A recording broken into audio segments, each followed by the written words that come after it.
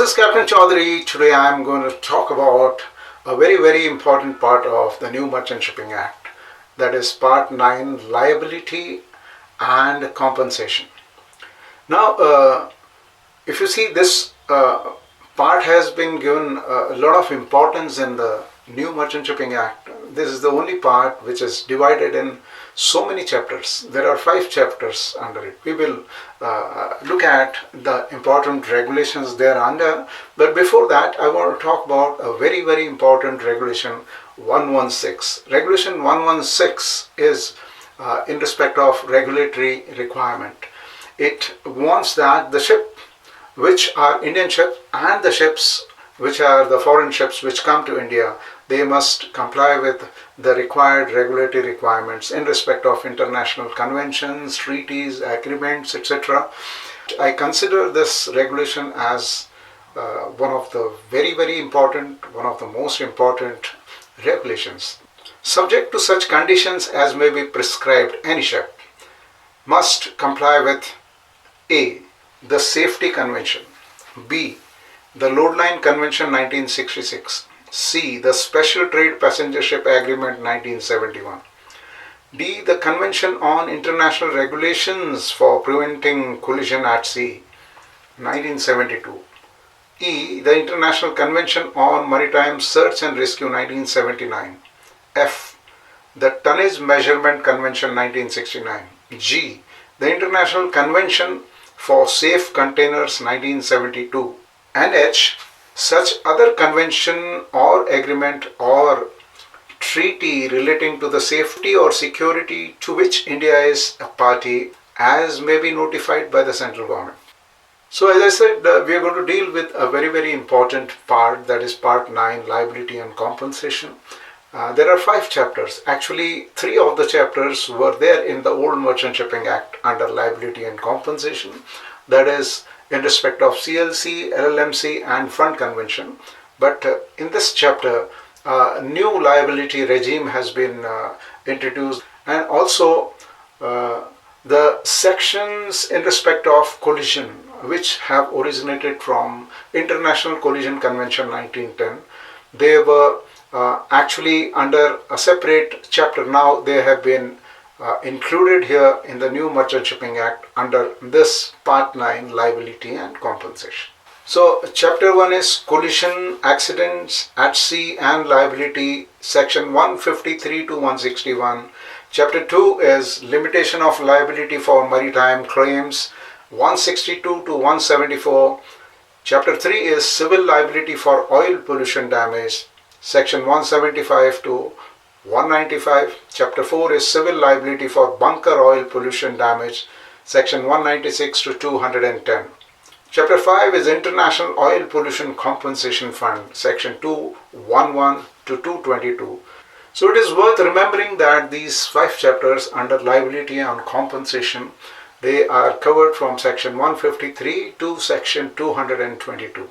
So to start with, let us talk about this Section 154 from Chapter 1 of Part 9, Liability and Compensation. So here we talk basically about the collision, generally about the collision. Now it says that if the collision is caused where I feel they talk about elision, when you hit a bridge or something like that, when such a thing happens, like because of ship's own fault, then all the damages which are there, all the liabilities which are there, they have to be borne by the ship. I mean, you will have to bear the expenses of repairs, etc. Now, second thing is, if there is a collision and the other ship is involved, then it will be determined as to what is the degree of fault of the other vessel, right?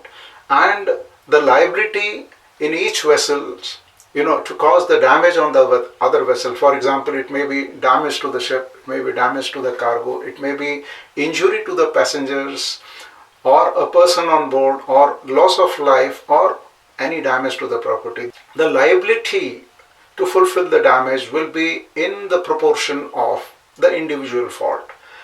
Whereas if the fault cannot be determined, then the liability will be equal, that is 50-50.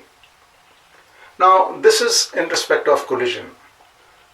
This particular section also talks about a situation where probably the collision has not taken place, but because of one or more or two ships, there is damage on the other ship.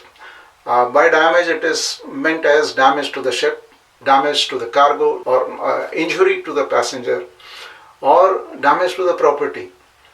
Then in these situations where one or more than one ship causes the damage on the other ship, so the ship which is responsible for causing the damage will fulfill the damage. That means they will be responsible to repair the damage, pay for, or the compensate for the loss of life, loss of property, injury to the person, etc.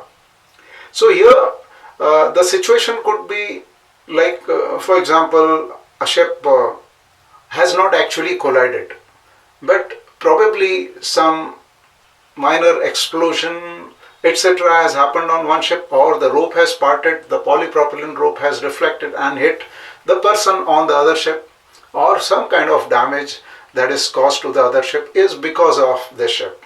Maybe it could be like polluting sea as well as damaging the paintwork on the other ship. So any of these kind of damages which happen, these kind of things which happen to the other ship without the collision, they are also covered.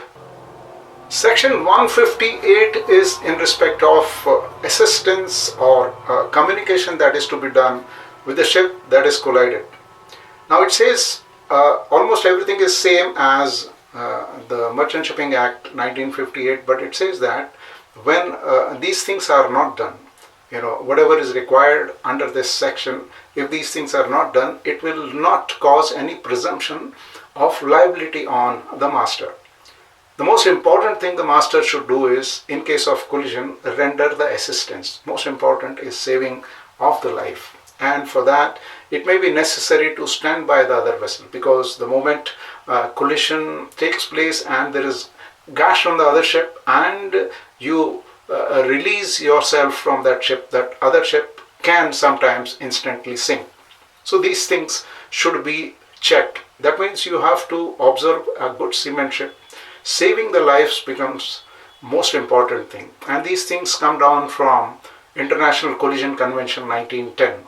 The other thing is you have to exchange the information, right, to the master or in charge of the other ship, saying that what is your name, name of the ship, port of registry, port from where the ship comes, and port where the ship is bound.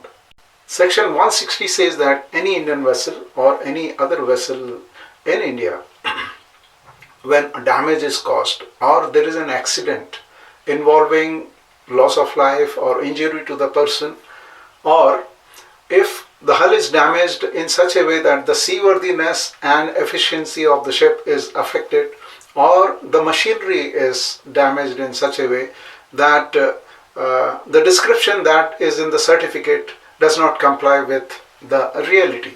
That means the performance, efficiency, seaworthiness, etc. is affected, and the stage of affairs on the ship do not really correspond with what is the description in the certificates. So when this happens, it is the responsibility of the master to inform DG Shipping or the principal officer of nearest MMD.